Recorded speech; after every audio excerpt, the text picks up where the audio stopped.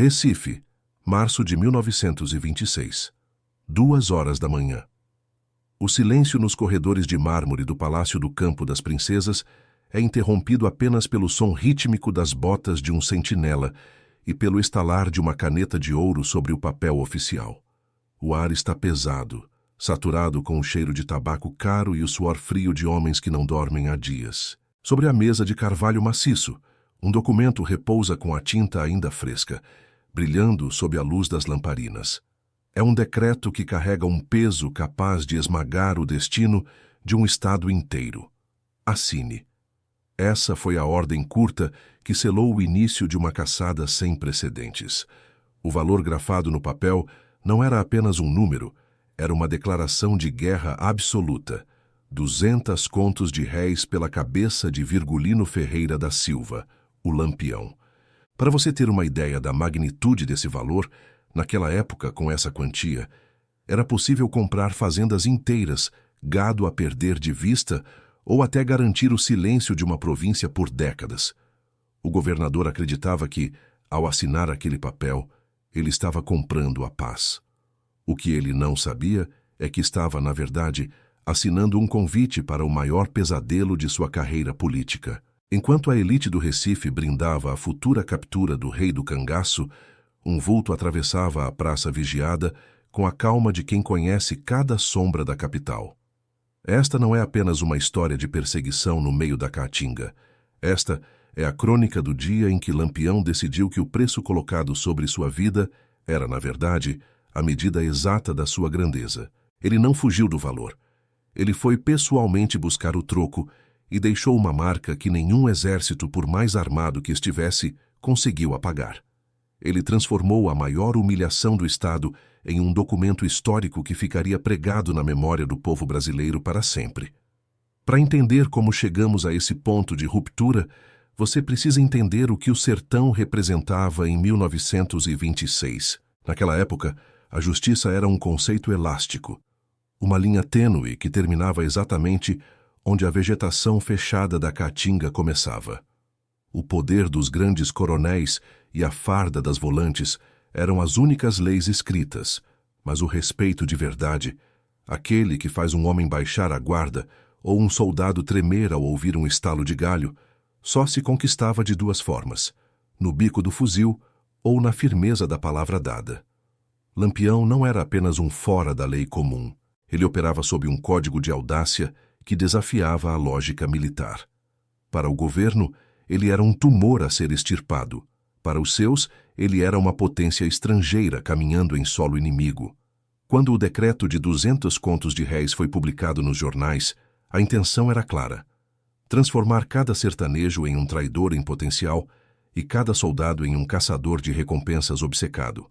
O governo queria que Lampião sentisse o mundo se fechando ao seu redor. Eles queriam que ele olhasse para cada sombra e visse um cano de espingarda. Mas o erro fatal da burocracia estatal foi acreditar que o ouro podia calar a coragem de um homem que já tinha perdido tudo, menos a sua fama. No centro desse tabuleiro de xadrez estava o capitão Oliveira. Ele não era um oficial de gabinete que passava os dias lustrando botões no Recife. Oliveira era um homem que conhecia o cheiro da terra seca e o som do vento cortando os espinhos do mandacaru. Ele sabia que paredes de palácio e decretos pomposos eram inúteis contra quem aprendeu a ler o rastro de uma onça antes mesmo de aprender a assinar o próprio nome. Oliveira avisou: quanto mais alto o preço, mais perigoso o bicho fica. Mas a arrogância da capital é surda. Os políticos acreditavam que o dinheiro era a arma definitiva, ignorando que, para Lampião, a reputação era uma arma muito mais letal que o chumbo. A notícia da recompensa astronômica se espalhou como fogo em pasto seco. Do litoral ao sertão profundo, não se falava em outra coisa. O valor de 200 contos de réis era um atestado de incompetência das forças públicas.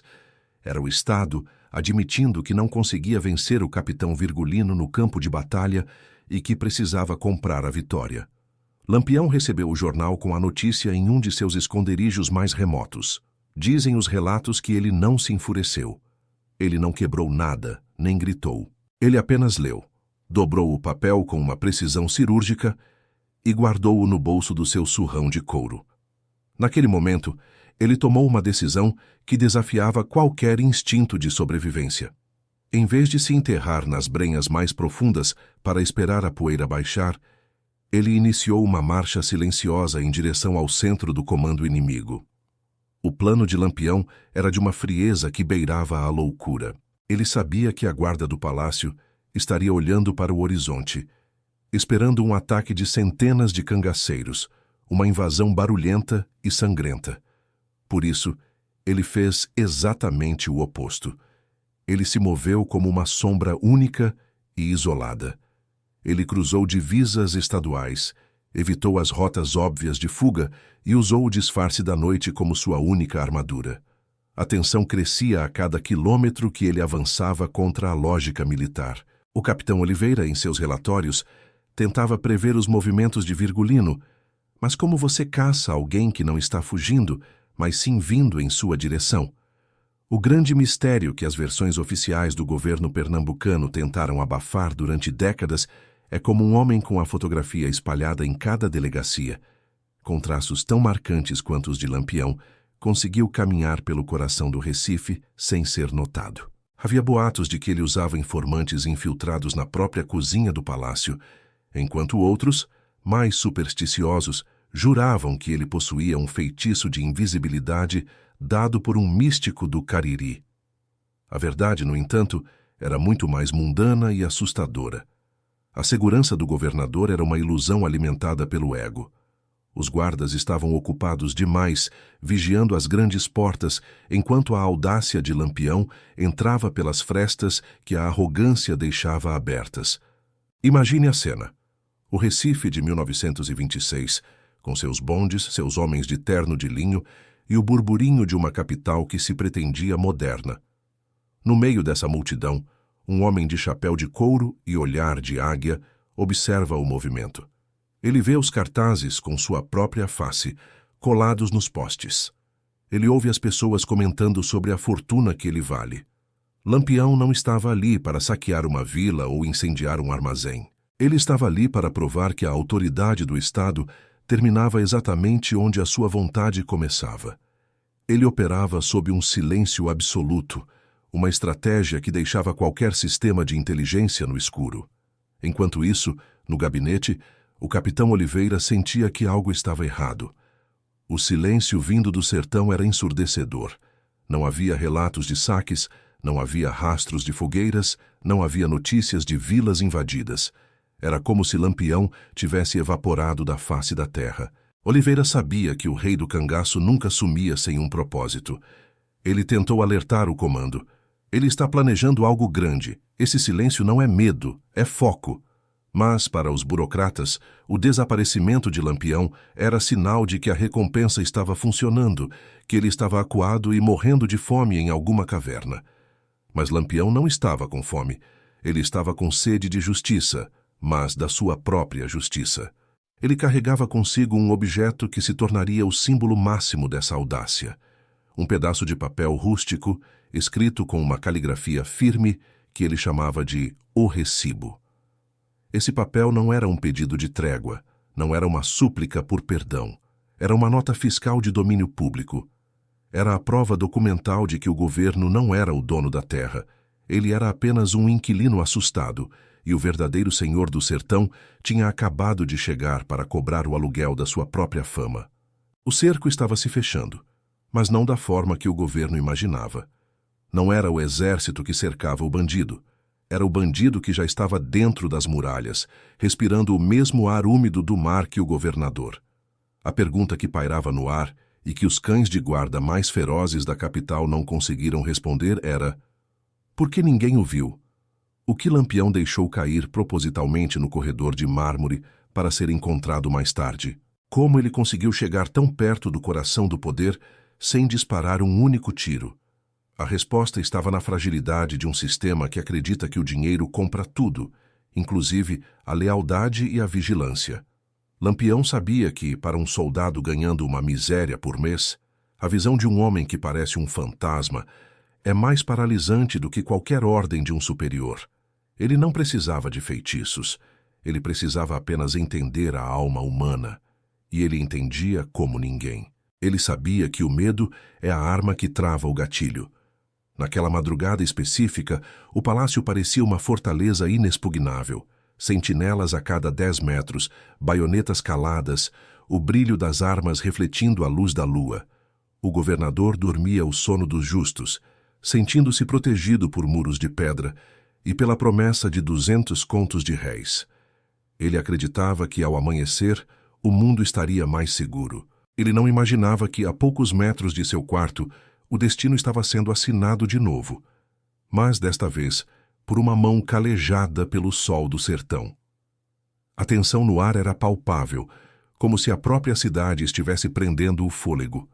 Lampião se movia com a precisão de um cirurgião, evitando o confronto direto, buscando o impacto psicológico. Ele sabia que uma morte no palácio o tornaria um mártir ou um monstro, mas um insulto no palácio o tornaria uma lenda eterna. E era isso que ele buscava. A imortalidade através do desrespeito à autoridade que tentou precificar sua cabeça. O sol começou a iluminar as torres das igrejas do Recife e a refletir nas águas do rio Capibaribe. O silêncio da madrugada foi quebrado pelo primeiro sentinela que saiu para a rendição do posto na porta principal do palácio. Ele caminhava com o cansaço típico do fim de turno, ajustando o fuzil no ombro, ansioso por um café quente. Mas ao chegar diante da grande porta de madeira pesada, ele parou bruscamente. Seus olhos se arregalaram. O sangue pareceu congelar em suas veias. Não havia sinais de luta. Não havia corpos caídos. Não havia cheiro de pólvora. Havia apenas um pequeno pedaço de papel balançando suavemente com a brisa do mar, pregado exatamente sobre o brasão oficial do Estado, no centro da porta principal. O sentinela se aproximou, a mão tremendo, ao alcançar o papel. Ele leu as palavras escritas ali, e naquele momento, soube que a história do cangaço e a história de Pernambuco nunca mais seriam as mesmas. A inversão era devastadora. O caçador tinha acabado de descobrir que o bicho entrou em sua casa enquanto ele dormia.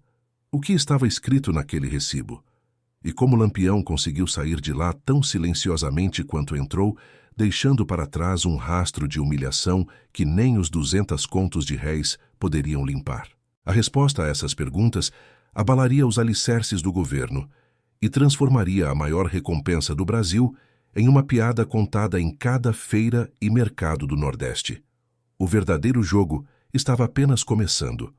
O sentinela não gritou. O choque foi tão profundo que sua voz simplesmente desapareceu na garganta seca. Ele ficou ali, parado, com o papel entre os dedos trêmulos, enquanto os primeiros raios de sol batiam na fachada do Palácio do Campo das Princesas. O silêncio daquela manhã no Recife foi quebrado não por um tiro, mas pelo som de passos apressados de oficiais que, ao perceberem a paralisia do guarda, correram em sua direção. Quando o primeiro capitão da guarda arrancou o bilhete da mão do subordinado, o mundo ao redor do governo de Pernambuco começou a desmoronar. Olhe, o texto era curto, escrito com a brutalidade de quem não precisa de metáforas para ser entendido. Dizia apenas: se a minha cabeça vale 200 contos, a sua paz não vale um tostão furado. Assinado Virgulino. Naquele instante, a recompensa que deveria ser o símbolo da força do Estado tornou-se o maior atestado de sua fraqueza. Mas o pior ainda estava por vir. O impacto psicológico de um papel pregado na porta era imenso, mas Lampião, o estrategista das sombras, havia deixado um golpe de misericórdia reservado para o gabinete privado do governador. Ao entrar em seu escritório, o homem mais poderoso do Estado encontrou algo que o fez cair sentado na cadeira de carvalho. A caneta de ouro, a mesma que ele usara horas antes para assinar o decreto da recompensa, não estava mais no suporte de cristal. Em seu lugar, repousava um pequeno pedaço de fumo de rolo e um punhal de ponta fina, cravado na madeira nobre da mesa. O recado era mudo, mas ensurdecedor. Lampião não esteve apenas na porta. Ele esteve a poucos passos da cama onde o governador dormia. Ele circulou pelos aposentos, respirou o mesmo ar e, com um desprezo absoluto pelo perigo, trocou a caneta do poder pelo símbolo da morte sertaneja. Para você entender o tamanho desse desastre, Imagine o clima nas horas seguintes. O palácio foi fechado, oficiais foram interrogados, a cozinha, a limpeza, a guarda pessoal, todos se tornaram suspeitos. A paranoia se instalou como uma névoa densa. O capitão Oliveira, que havia alertado sobre a audácia de Virgulino, entrou na sala e apenas observou o punhal cravado na mesa. Ele não disse, "Eu avisei." Não precisava. A imagem falava por si. O sistema, aquela máquina burocrática e arrogante que acreditava poder comprar a coragem com ouro, acabara de ser violado em seu ponto mais íntimo. Nas 72 horas seguintes, o Recife ferveu. O governador tentou, desesperadamente, abafar o caso. Ordenou que os jornais não mencionassem o bilhete e que cada cartaz da recompensa fosse recolhido. Mas o sertão tem ouvidos e a capital tem língua. A notícia do recibo de Lampião correu pelas barbearias, pelos mercados e pelos portos mais rápido do que qualquer ordem oficial. A pergunta que todos faziam era a mesma: se ele pôde entrar no palácio do governo, quem estaria seguro em sua própria casa? A recompensa de 200 contos de réis continuava valendo, mas o seu efeito havia se invertido. Antes ela atraía caçadores de recompensa. Agora, ela afastava até os mais gananciosos. Ninguém queria o dinheiro de um morto que se recusava a morrer. O valor astronômico passou a ser visto como o preço do azar. Os coronéis do interior, que antes prometiam apoio total às volantes, começaram a enviar cartas pedindo reforços, temendo que o próximo recibo fosse pregado em suas próprias porteiras. A autoridade do Estado murchou diante da certeza de que Lampião não era um bicho acuado, mas um fantasma que assinava documentos na mesa de seus inimigos. O desfecho desse episódio não foi uma batalha de fuzis, mas uma derrota de reputação. O governador, ferido em seu orgulho e assombrado pela imagem do punhal em sua mesa, nunca mais dormiu com a mesma tranquilidade. Ele percebeu que as baionetas dos seus soldados protegiam apenas o mármore do palácio, mas não conseguiam blindar o medo que agora habitava seu peito. Lampião, por outro lado, voltou para o coração da Caatinga sem ter gasto uma única bala. Ele havia conquistado algo que 200 contos de réis jamais comprariam: o mito da onipresença. 6 meses depois, a recompensa foi discretamente reduzida para valores comuns, sob o pretexto de ajuste orçamentário.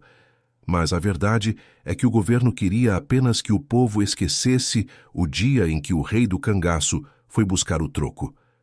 No sertão, a história se transformou em verso de cordel. O recibo tornou-se uma lenda que ensinou uma lição amarga aos poderosos da época. O preço de um homem não é o que o governo diz que ele vale, mas o tamanho do silêncio que ele consegue impor aos seus perseguidores. Afinal, no tabuleiro de xadrez daquele Brasil de 1926, Lampião provou que o ouro pode até comprar a traição, mas nunca comprará o sono de quem vive com medo da própria sombra.